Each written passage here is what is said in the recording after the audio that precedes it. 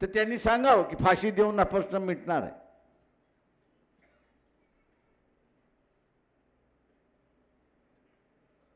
तुम्ही नेमकं समाजामध्ये पेरताय काय हा त्याच्यातलं महत्त्वाचं आहे.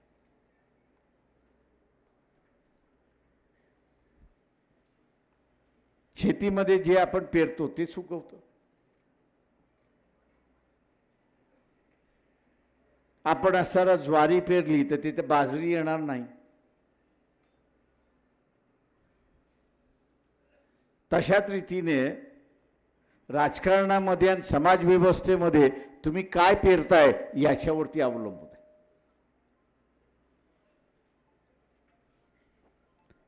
तुम्ही पेरताय काय ते इथला असणारा दंगल हे पेरताय. तुम्ही पेरता काय आहे तर द्वेष हा तुम्ही असणारा पेरताय. तुम्ही पेरता काय तर हिंसक तुम्ही असणारा पेरतात. मग उगवणार काय? शांतता तर उगवणार नाही. जे पेरणार आहे तेच उगवणार आहे आणि तेच आपल्याला असणारं दिसते.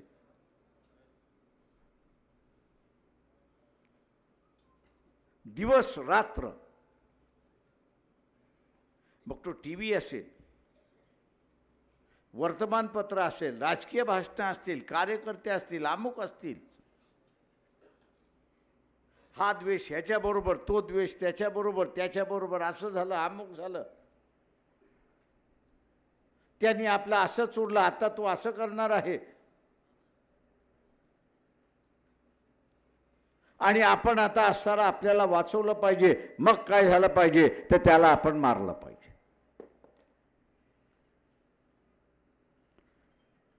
म्हणजे काय की आम्ही हिंसाच पेरतो. ती दुसरी कोणावरती काढता आली नाही तर मग जो मिळाला त्याच्यावरती काढली. आणि म्हणून आपण बघत असाल की इथला असणारा लहान मुलगा असेल, मुलगी असेल,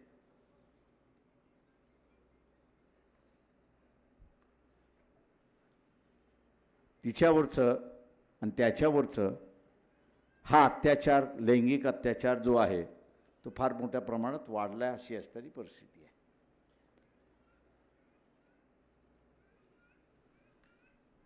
तुम्ही समाजामध्ये सुधारणा, समाजामध्ये शांतता आणि समाजामध्ये या शरीराचा आदर हे जर पेरणार असाल तर इथं शांतता येईल. तर ही जी शरीराची विटंबना आपण असताना बघतोय ती त्या ठिकाणी थांबेल. दर तिसऱ्या दिवशी माझ्याकडे आले होते एकदा ते गोवंशवाले, तुम्ही आम्हाला पाठिंबा द्या. अरे मी म्हटलं माझ्या बापदादांनी म्हटलं हे फाडून खाल्लेलं आहे, तू काय माझ्याकडे मागतोयस म्हटलं ही व्यवस्था होती, त्याचं जगणंच होतं ते, त्याच्याशिवाय तो जगूच शकला नसता.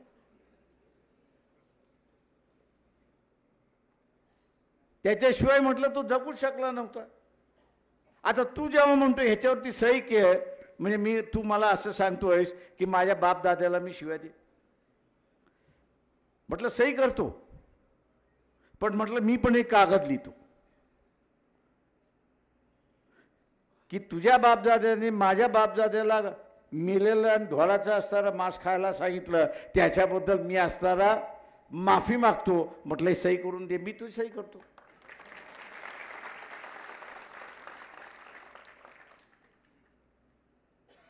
तो म्हणलं प्रकाशराव असं कसं काय? अरे म्हटलं तुझे आजे पंजे गेले, माझेही आजे पंजे गेले. अत्याचार झाला असेल तो त्याच्यावरती झाला असेल, तुझ्या आजा पंजांनी केला असेल तर त्यांनी केला असेल, ते दोघं वरती बघतील ना, आपण कशाला लढायचं इथं?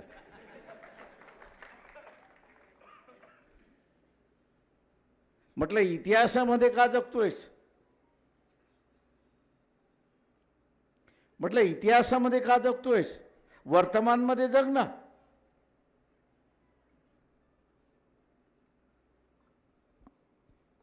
म्हटलं या देशातला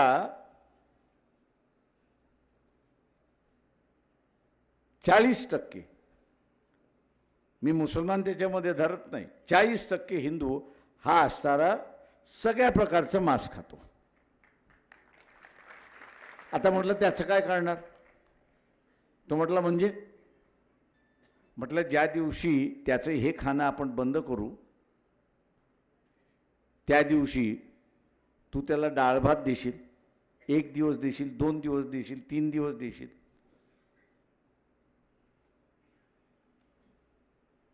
त्याच्यानंतर तो म्हटला म्हणजे? अरे त्याच्याकडे पैसे नाहीत, जे स्वस्त आहे ते तो घेतो आणि खातो आणि जगतोय. तुझं खाण्याने जगायचं असेल ते त्याला 10,000 लागतात, त्याच्या खाण्यामध्ये त्याला जगायचं असेल तर 2,000 तो जगतो. 8,000 आणणार कुठून?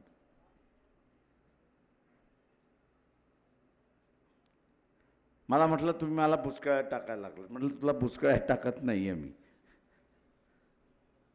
मी तुला वस्तुस्थिती सांगतोय की इथे ज्याला जसं जगायचं आहे तसं जगू द्या.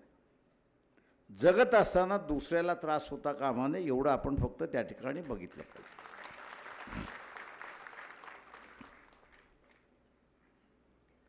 दुसऱ्याला त्रास होणार नाही आपण बघितलं पाहिजे, तेवढी दक्षता आपण घेतली पाहिजे.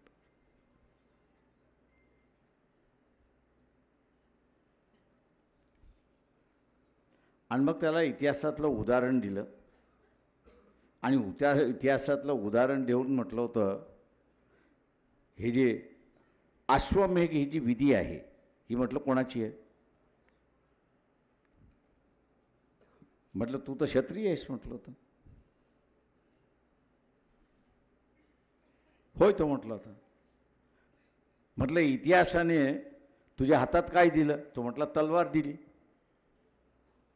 म्हटलं बरोबर आहे, तुझ्या हातात तलवार दिली. म्हटलं तुझ्या हातात ज्ञान दिलं का? तर नाही दिलं. मग ज्ञान कोणाकडे दिलं? तर तो मोठं ब्राह्मणाकडे दिलं. मग म्हटलं यशोमेध कोण करत होता? साधा सुद्धा प्रश्न आहे. पुन्हा म्हणाला आम्हाला बुचकळ्यात टाकून. अरे म्हटलं बुचकळ्यात नाही टाकत आहे, वस्तुस्थिती तुला सांगतोय की तुझा वापर केला जातोय हा लक्षात घे. आणि तो भटजी आपला मस्तपैकी शांततेने बसलेला अशी असणारी परिस्थिती आहे. मित्रो, आज ही जी लहान मुलींवरती आपण असणारं जे क्रूरतेचे अत्याचार बघत आहोत त्याचं कारण आहे की इथला असणारा भारतीय जनता पक्ष असेल, RSS असेल, विश्व हिंदू परिषद असेल, बजरंग दल असेल, ज्या पद्धतीची त्यांची असणारी भाषणं आहेत, बदल्याची भाषणं आहेत, द्वेषाची भाषणं आहेत, तिरस्काराची भाषणं जी आहेत, तिने आता लोकांची मानसिकता पूर्णपणे बिघडवलेली आहे. आणि तोही वेड्यासारखा बडबडायला लागला अशी असणारी परिस्थिती आहे. रस्त्यावरनं जाताना एखादा माणूस तुम्हाला नुसतं तोंडातल्या तोंडात बडबडत असेल, 5 मिनटं त्याचा ऐका आणि त्याला असणारा विचार, अरे तू शाखेवरती जाऊन आलास की नाही आला? तो म्हणला होय जाऊन आलो ना. मग समजायचं की त्याला वेळ नाही लागले. त्याला जे द्वेषाचं औषध पाजलेलं आहे त्या द्वेषाच्या औषधेमध्ये कोणाचा आपण असता बली घ्यावा याचा तो विचार करत चाललेला आहे. ही आज परिस्थिती आपण आलेली आहे. दुर्दैव आहे की ही विधानसभेची निवडणूक एका बाजूला मराठा समाज उभा आहे आणि दुसऱ्या बाजूला ओबीसी उभा आहे. मराठा म्हणतोय मी ओबीसीला मतदान देणार नाही आणि ओबीसी म्हणतोय मी मराठ्याला मतदान देणार नाही. विभाजन आम्ही बघितलं होतं, नाही असं नाही. इमर्जन्सीचं विभाजन बघितलं होतं, कट्टरतेचं विभाजन बघितलं होतं. पण इमर्जन्सीच्या बाजूची लोक आणि इमर्जन्सीच्या विरोधातली लोक, त्याच्यामध्ये सामाजिक आशय नव्हता, त्याच्यामध्ये राजकीय आशय होता. आज आपण बघत असाल की तिथे सामाजिक आशय आले.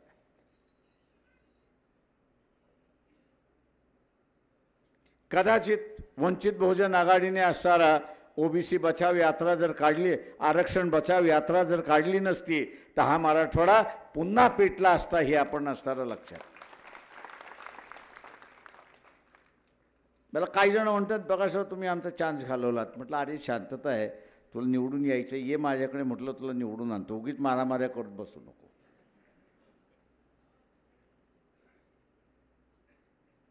म्हणजे ही जी अवस्था आहे, म्हणजे आता असताना जिंकायचं असेल तर विकास हा बेस झाला नाही तर दंगल हा बेस झाला आहे.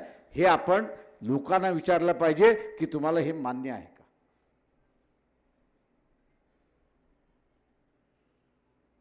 हे तुम्हाला मान्य आहे का.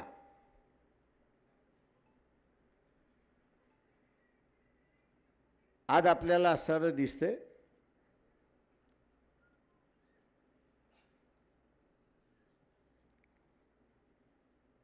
की परिस्थिती अत्यंत हाताबाहेर चाललेली आहे. परिस्थिती जी आहे ती अत्यंत हाताबाहेर चाललेली आहे आणि सरकार त्याला नियंत्रण करू शकत नाही. मी तर म्हणेन इथे असणारे सगळे नेते पलपुटे आहेत, हे आपण लक्षात घ्या. त्या ओबीसीचा ज्याचा असणारा उल्लेख अशोक हिंगे यांनी केला होता, अशोक हिंगे यांनी केला होता. मी दिल्लीमध्ये होतो, सगळे पत्रकार बसले होते. ते म्हटले प्रकाश, म्हटलं दंगल आहे. ते म्हटले आमच्या इकडे रिपोर्ट आले दंगल आहे. ते मला म्हणत होते थांबवली पाहिजे. म्हटलं फोन करा शरद पवारांना, तुमचे मित्र आहेत म्हटलं. तर थोर नेते आहेत, जाणकार नेते आहेत, पण दाऊदचे मित्र सुद्धा आहेत, अशी असणारी परिस्थिती आहे.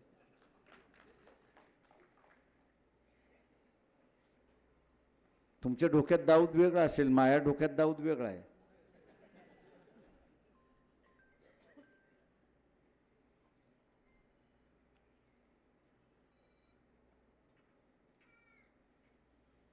पण हूं की चू करायला तयार नाही. किंवा आत्ता सुद्धा त्या जरांगे पाटील यांची जी मागणी आहे की मराठा समाजाला ओबीसीतून आरक्षण द्यावं, शरद पवार सांगायला तयार नाहीत जरांगे पाटलांना की माझा पाठिंबा आहे म्हणून. अजिबात सांगायला तयार नाहीत. या मागणीला पाठिंबा हेही सांगायचं नाही आणि विरोध आहे तेही सांगायचं नाही.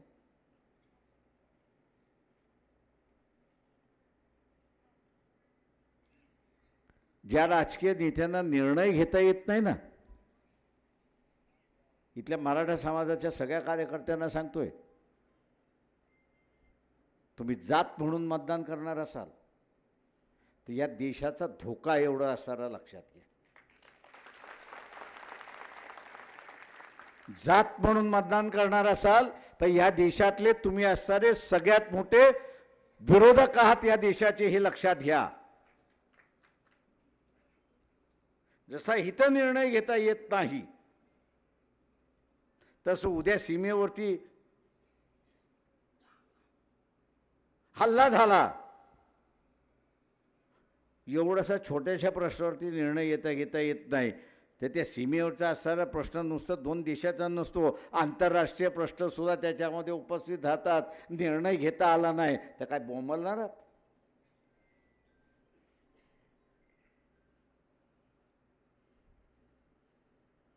आणि म्हणून इथल्या असणाऱ्या मराठ्यांना विचारतोय,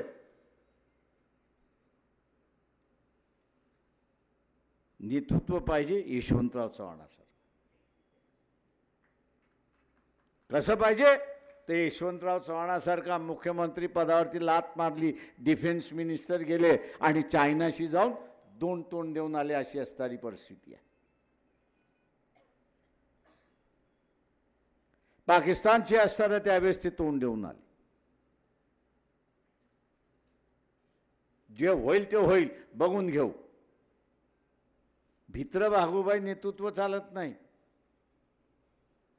जे निर्णय घेऊ शकत नाही ते भित्रे बागुबा आहेत हे लक्षात घ्या. भारतीय जनता पक्षवाले तर फार मित्र आहेत. 2 मिनिटं 2 दिवस थांबा, मी यांचा असणारा पोल खोलतो एक मोठं.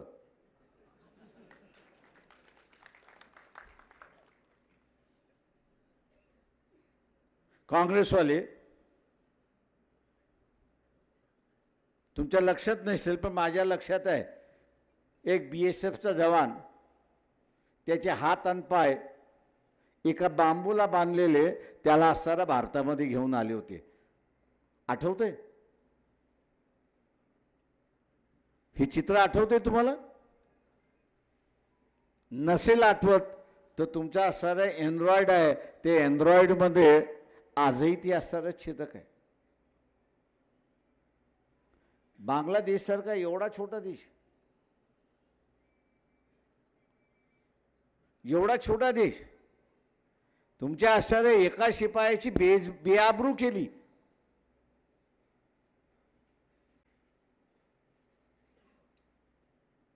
जिया खलिदा त्यावेळेस असताना राष्ट्रपती होती. मुजीबुर रेहमानच्या विरोधामध्ये ज्यांनी असताना लढलो होतं ते होते. आणि तुमच्या सैन्याची आबरू तुम्ही वाचू शकला नाही, तशी असणारी परिस्थिती.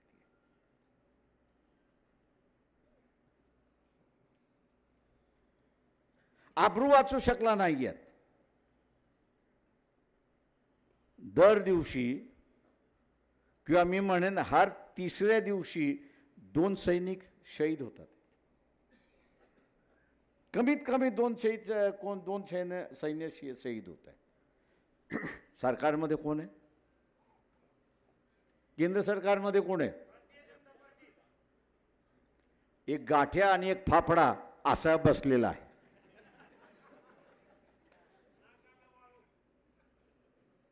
जेव्हा गाठ्या आणि फाफडा खायला चांगलं असतं पण सत्तेसाठी चांगलं नसतं, काय का ते बुजगावण्यासारखं असं चुरून मोडून जातं.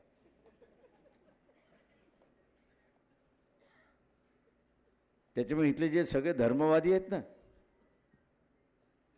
4 दिवस थांबा.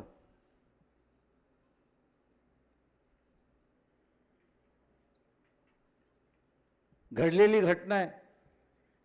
इथले वर्तमानपत्र, TV वाले सगळेच विद्वान सगळे जे आहेत, तेरी भी चूप मेरी भी चूप, पंतप्रधानाला अडचणीत कशाला आणा? अरे देश अडचणीत आलेला आहे, पंतप्रधान अडचणीत नाही आलेला आहे. कंगाल झालेलं पाकिस्तान, तुमचे 2 सैनिक आहे, 4 सैनिक आहे, 5 सैनिक आहे, 10 सैनिक आहे, पंतप्रधान पण तिसऱ्यांदा झाल्यानंतर 40 सैनिक मेले असे असणारे लक्षात. आणि तरी काहीच नाही. आणि इथला असणारा मध्यमवर्गीय, इथला असणारा व्यापारी, मोदीशिवाय दुसरा पर्याय नाही.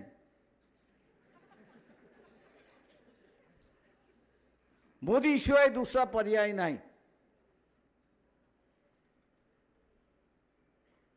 मग घ्या, 40 सैनिक मारले गेले. मग रडता कशाला 40 सैनिक मारले गेले म्हणून?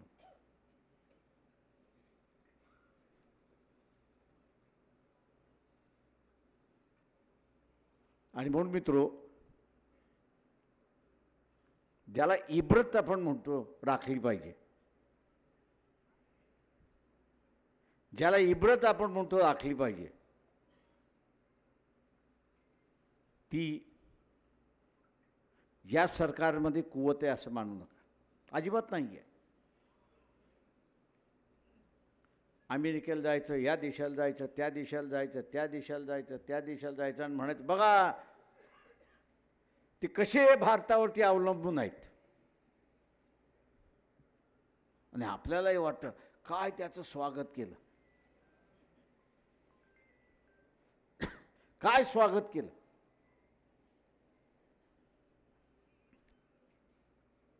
स्वागत कशासाठी केलं?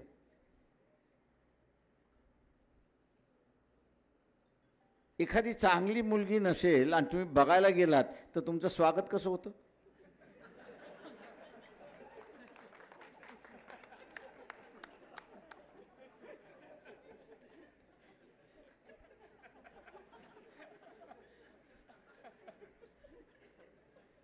तुमचं स्वागत कसं होतं? पंचपक्वान्न.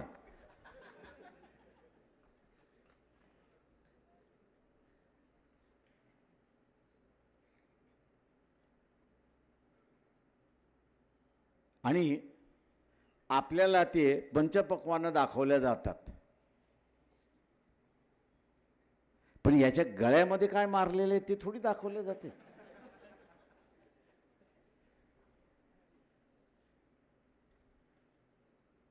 मोदींना मी असं विचारतो की तुम्ही एवढं रशियाचे गुणगान गाताय, तुम्ही आता जे रशियाकडून तेल घेताय, क्रूड ऑइल घेताय, हे भारतीय नाण्यामध्ये पे करताय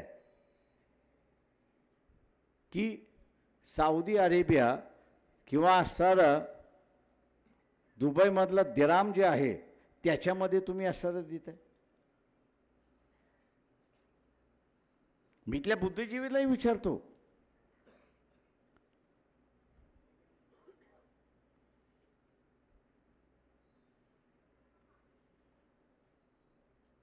की हे जे कच्चं तेल येतंय त्या कच्च्या तेलाचा पैसा आपण असणारा भारतीय नाण्यामध्ये देतोय की आपण असणारा दिराममध्ये देतोय, हे सांगा ना.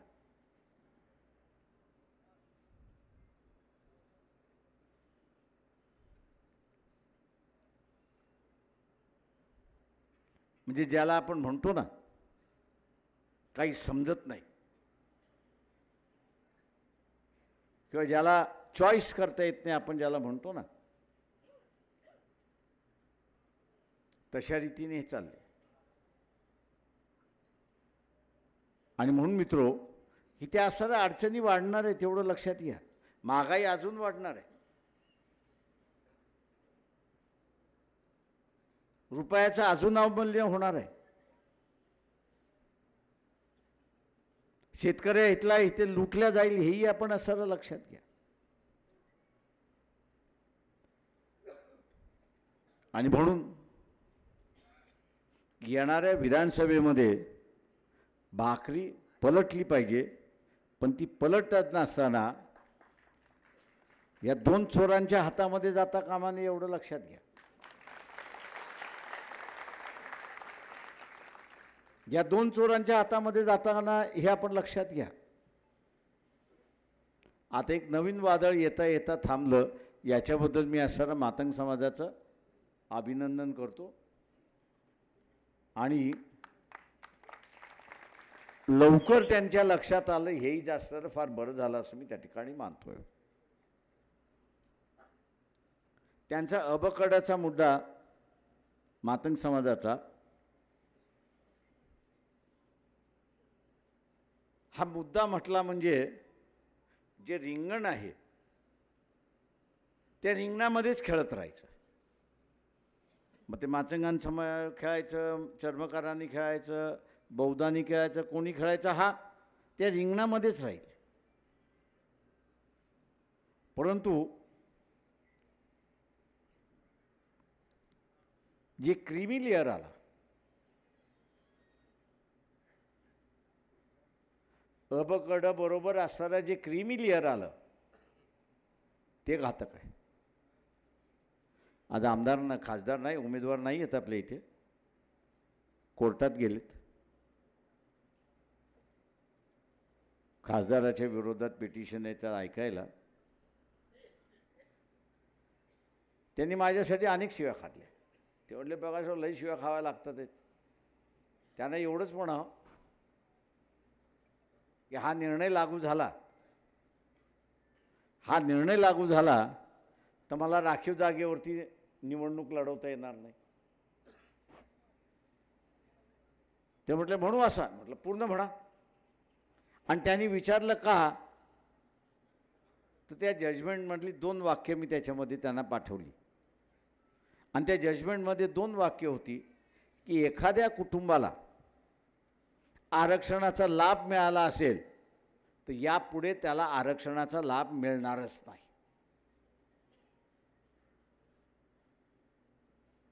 यापुढे त्याला आरक्षणाचा लाभ मिळणार नाही. म्हणजे काय झालं तर म्हटलं त्याच्या गांडीवरती किक मिळालेली आहे की तू आता आरक्षणामध्ये नाही,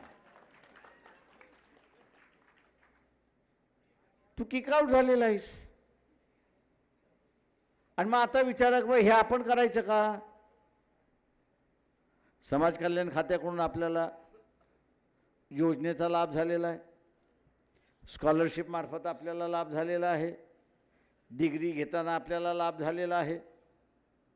आणि ते असं म्हणते की एका कुटुंबाने एकदा लाभ घेतला असेल तर यापुढे त्या कुटुंबाला लाभ मिळणार नाही.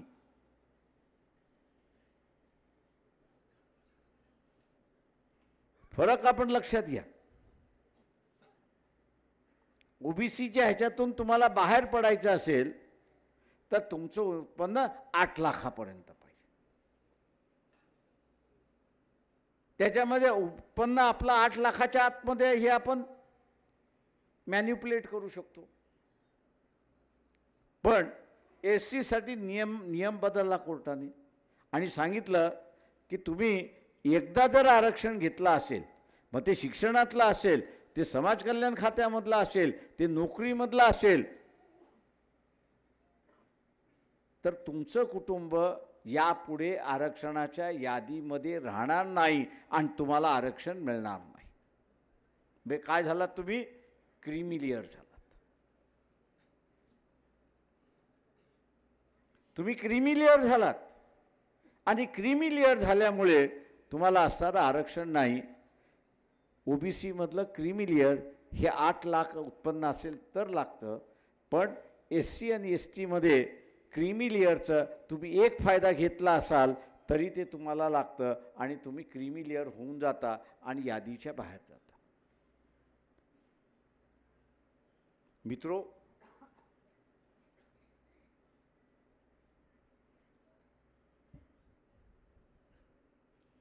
तुमचं वागणं कसं आहे माहिती आहे? बाबासाहेबांच्या शब्दात सांगतो, माझ्या शब्दात नाही सांग. बाबासाहेबांनी काय म्हटलं की फॉरेस्ट रोडवरची असणारी जी बाई असते ती सकाळी उठल्या उठल्या सांगते, हे बिर्याणी पाव घेऊन ये. ती बिर्याणी पाव आणलं ती मस्तपैकी खाते आणि नंतर ती सगळंच विसरून जाते. ती सगळंच विसरून जाते. नीतिमत्ता विसरते.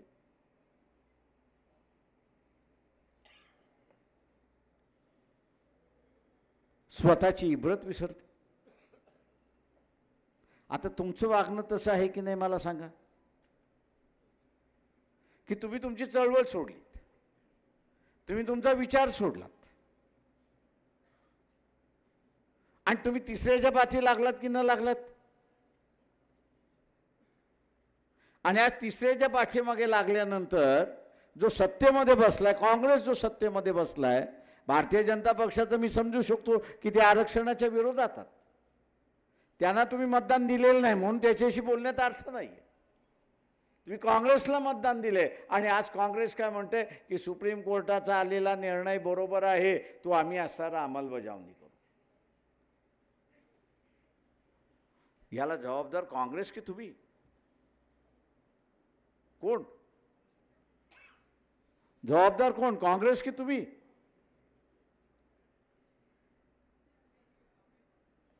जबाबदार कोण?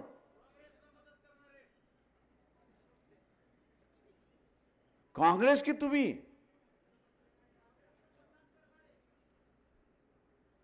त्याला लाज वाटते स्वतःचा स्वीकारायला की मी काँग्रेसला मतदान केलं म्हणून. म्हणजे हा जो नालायकपणा आहे ना, हा आपण सोडला पाहिजे. चूक झाली झाली चूक, ते आम्ही म्हणाल नाही, तो मी म्हणायला तयार नाही. याला मी नालायकपणा म्हणतो. अरे झाली चूक, झाली चूक कबूल करा. चूक कबूल केली तर तुम्ही सुधारू शकता. ज्यांनी चूक कबूल केली नाही तो अजून कसली वाट बघतोय? दारूची वाट बघतोय, महात्मा गांधीची वाट बघतोय.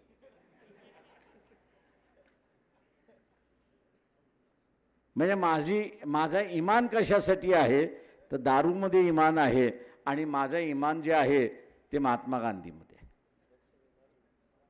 पण माझ्या प्रश्नाशी माझा इमान नाही, माझ्या चळवळीशी माझा इमान नाही, माझ्या विचाराशी माझा असणारा इमान नाही. आणि बाबासाहेब म्हणाले होते की ज्याला चारित्र्य नाही त्याला चळवळ नाही.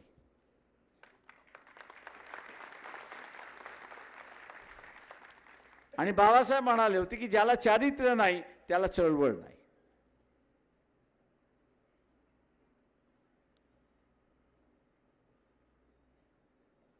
आणि म्हणून आजची गरज ही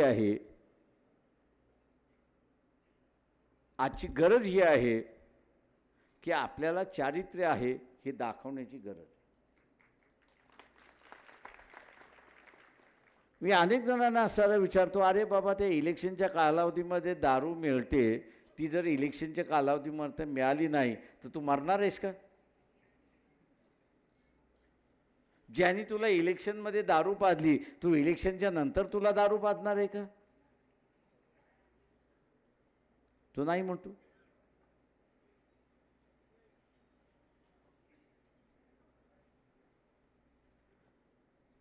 म्हणजे आपल्याला कॅरेक्टर नाही अशी असणारी परिस्थिती आहे.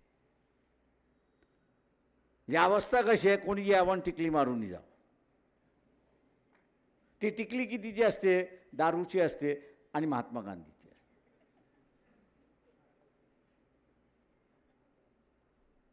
ही आपण अवस्था केलेली आहे. दुसऱ्याला दोष देण्यामध्ये अर्थ काही आहे?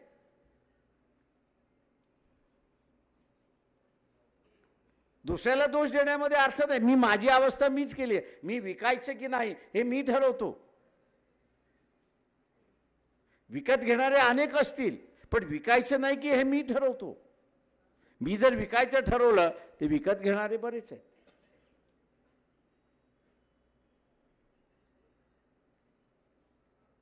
आणि म्हणून आता मला लोक काय करायचं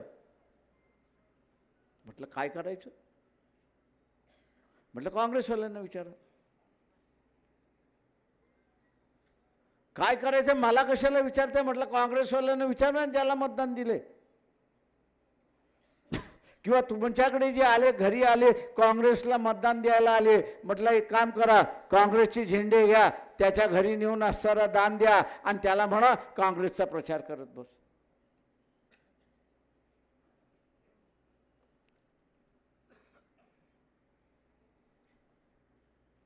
तुमचा स्वतःवरचा विश्वास नाही अशी असणारी परिस्थिती आहे. मी या देशामध्ये घडवू शकतो, मी या देशामध्ये निर्माण करू शकतो हा विश्वासच नाही. किंवा मी आयतोबा झालोय, काहीच करायची गरज नाही, येतंय तेवढं येऊ द्या, या दोनपैकी एक कुठेतरी असेल. आणि म्हणून उद्याच्या असणाऱ्या ह्या कालावधीमध्ये परिस्थिती आणखीन कठीण होत जाणार आहे. आणि ह्या कठीण परिस्थितीमध्ये राजकीय पक्ष तुमच्याबरोबर नसतील. या कठीण परिस्थितीमध्ये राजकीय पक्ष तुमच्याबरोबर नसतील, पण डोळे उघडे ठेवून आपण असणारा चळवळ उभी केली तर इथे जो आरक्षणामध्ये येतो, मग तो ओबीसी असेल, आदिवासी असेल, हा आपल्याबरोबर यायला तयार होईल हे असणारं लक्षात घ्या. पण आम्ही घ्यायला तयार आहोत का हा त्याच्यातला भाग. इथे आता राजकीय पक्ष तुमच्या मदतीला येणार नाहीत, तर इथे असणारे सामाजिक समझोते हेच मदतीला येतील. कारण का त्यांनाही मदत पाहिजे आणि तुम्हालाही मदत पाहिजे. आरक्षण वाचवणं हा त्याच्यातला दुवा आहे हे आपण असताना लक्षात घ्या. आरक्षण वाचवणं हा दुवा आहे.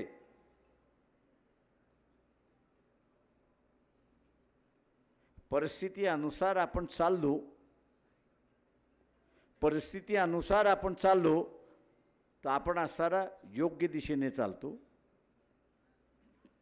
डोक्यामध्ये काही ठोकताळे ठेवले आणि आपण असणारा चाललो तर ते घडत नाही हे आपण लक्षात घ्या.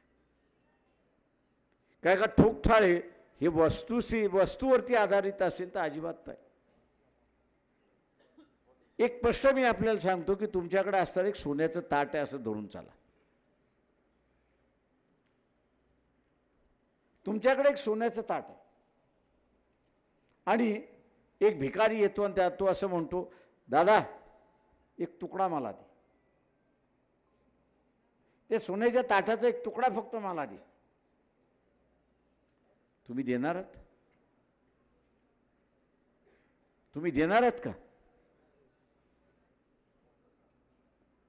खरं बोललात त्याच्याबद्दल आभारी आहे मी तुमचा. काय का तुम्ही स्वार्थी आहात ह्याची मला पूर्ण कल्पना आहे.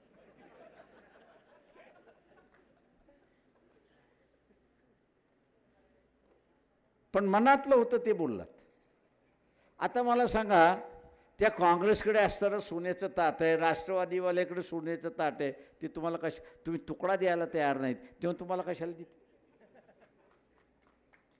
कशाला देतील?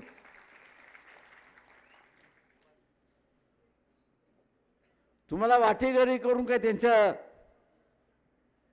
अख्खं साम्राज्य मोडून घेतील का? जिथे तुमच्या हातामध्ये सोन्याचे ताट आल्यानंतर तुम्ही एक छोटासा तुकडा जिथे द्यायला तयार नाहीत, तिथे तिथं अख्खं साम्राज्य घेऊन बसलेले आहे आणि त्या साम्राज्यामधला तुम्ही वाटा मागताय, ती थोडी देणार आहेत? अजिबात तुम्हाला देणार नाहीत. का जसं तुम्हाला कोणी वाटेकरी नको आहे तसं त्यांनाही वाटतं वाटेकरी नको आहे. त्यांची भूमिका आपल्याला असं वाईट वाटत असेल, तुमच्या दृष्टिकोनातून विचार केला की सोन्याची ताट तुम्ही जसं द्यायला तयार नाही, तुकडाही द्यायला तयार नाही, तसं तोही म्हणतो माझ्या राज्यातलं तुला कशाला देऊ, मी जेवढं देईन तेवढं घे, तू मागत असेल तर मी तुला देत नाही. म्हणजे ही वस्तुस्थिती माहीत असताना सुद्धा येड्याचं सोंग घेऊन पेडगावला जाण्याची आपली सवय आहे की नाही? आहे की नाही?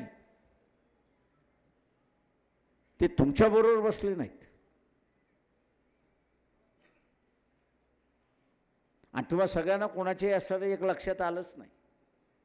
तुम्हाला माहिती आहे का वंचित बहुजन आघाडीने ह्या लोकसभेच्या निवडणुकीच्या अगोदर काय स्टेटमेंट दिलं होतं 8 महिने अगोदर? याच भारतीय जनता पक्षाच्या संदर्भातलं एक स्टेटमेंट दिलं होतं आणि दावाही केला होता त्यावेळेस. काय स्टेटमेंट होतं?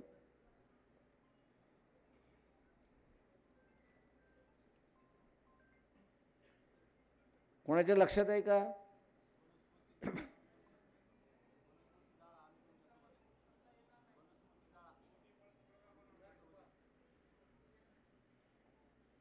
तुमच्या डोक्यातून मनुस्मृती अजून गेली नाही, ती कधीच बाबासाहेबांनी घालवली.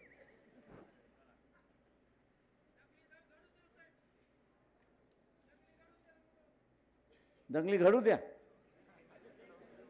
चांगलं आहे, मग करून टाक दंगल आपली. कोणी थांबवलंय तुला? मार दगड आपला, होते दंगल.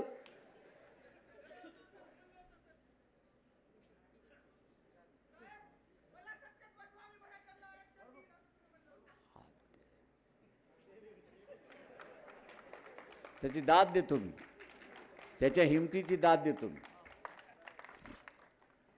आपलं स्टेटमेंट असं होतं की इंडिया आघाडीने जर आपला वंचित बहुजन आघाडीला घेतलं तर BJPच्या असणाऱ्या 220 जागाच्या वरती जाऊ देणार नाही, हे स्टेटमेंट.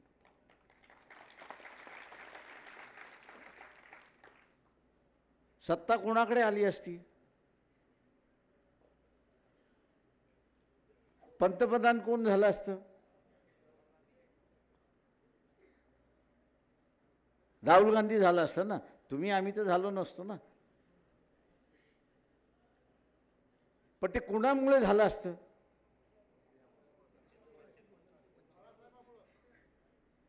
आता वंचितमुळे झाल्यानंतर हिस्सा द्यावा लागणार ना. हिस्सा देवायला येऊ नये म्हणून त्यांनी असणारं पंतप्रधान गेलं तरी चालेल पण हिस्सा आम्ही तुम्हाला देणार नाही ही भूमिका होती. तुमच्या कधीच लक्षात आलं नाही. हे कधीच तुमच्या लक्षात आलं नाही.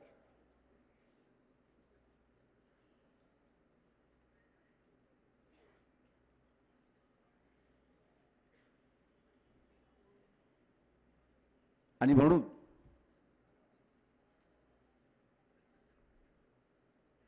जिथे आपल्याला कळत नाही तिथे बुद्धांनी सांगितलं पहिल्यांदा कळून घ्या.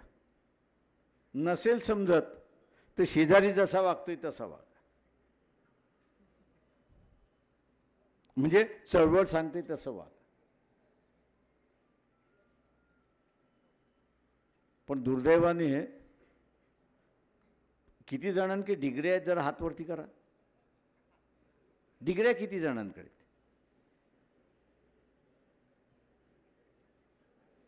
लयच कमी जण आहेत.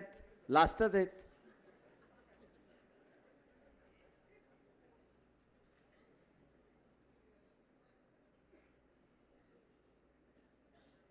आता मला एक सांगा, तुम्ही डिग्री घेतली आहे, एका कुठल्या तरी विषयाची घेतलेली आहे, तुम्हाला दुसऱ्या विषयाची माहिती आहे का? काय माहिती आहे सांग ना.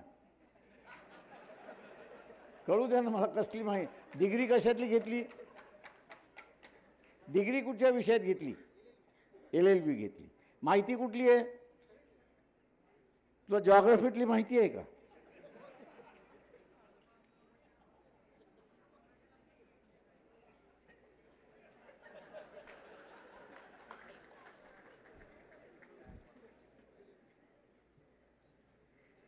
मी डिग्री घेतली म्हणजे मी ज्ञानी झालो असं आपण मानतो. सार्वत्रिक ज्ञान घेण्याची माझी असणारी इच्छा नाही. सार्वत्रिक समजून घेण्याची सुद्धा माझी असणारी इच्छा नाही. पण मी काय म्हणतो की मी बाबासाहेब आहे. का तर मी डिग्री घेतली. का तर मी नोकरी घेतली. का तर मला महिन्याला पगार येतो. आणि आज तोच मला म्हणतोय प्रकाशराव मला वाचवा.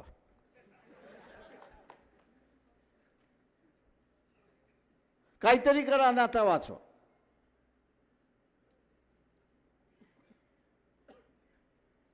आणि म्हणजे आपल्याला कळत नाही ते आपण समजून घेतलं पाहिजे. मी जसं तुम्हाला म्हणालो की तुम्हाला उदाहरण दिलं की 8 महिन्यापूर्वी की 200 विषयावरती आपण ह्यांना जाऊ देणार नाही, तुम्ही घ्या आम्हाला. पण नाही. का नाही? तर तुम्ही आम्ही सगळेजण भिकारी आहोत त्यांनाही माहिती आहे. त्यांना माहिती आहे की तुम्ही आम्ही सगळेजण भिकारी आहोत.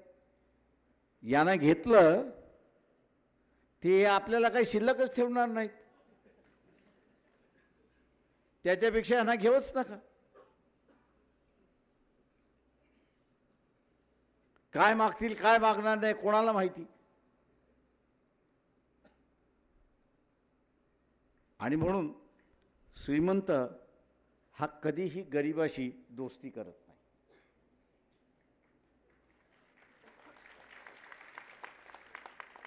त्याची सहानुभूती असते, त्याची दोस्ती नसते. तो मदत करतो. ती मित्राची मदत नसते, ती उपकाराची मदत असते. ती मित्राची मदत नसते, ती उपकाराची मदत असते. आणि म्हणून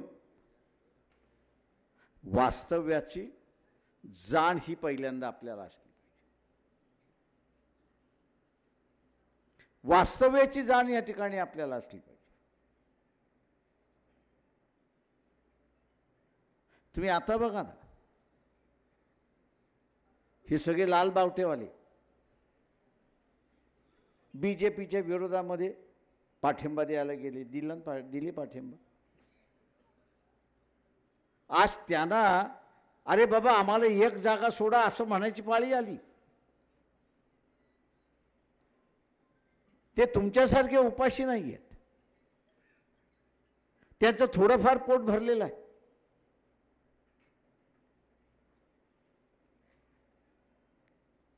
पण हा थोडाफार भरलेला जो आहे तोही आपल्यामध्ये नको, ही ज्याची भावना आहे ती तर उपाशी माणसाला कुठे घेणार. आणि म्हणून वास्तव्य हे आपण असं लक्षात घेतलं पाहिजे.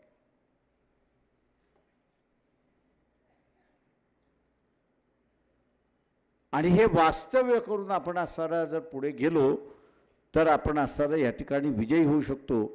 नाही तर गटांगल्याच आपण खाऊ शकतो. एवढं बोलतो, या ठिकाणी थांबतो आणि आपली रजा घेतो.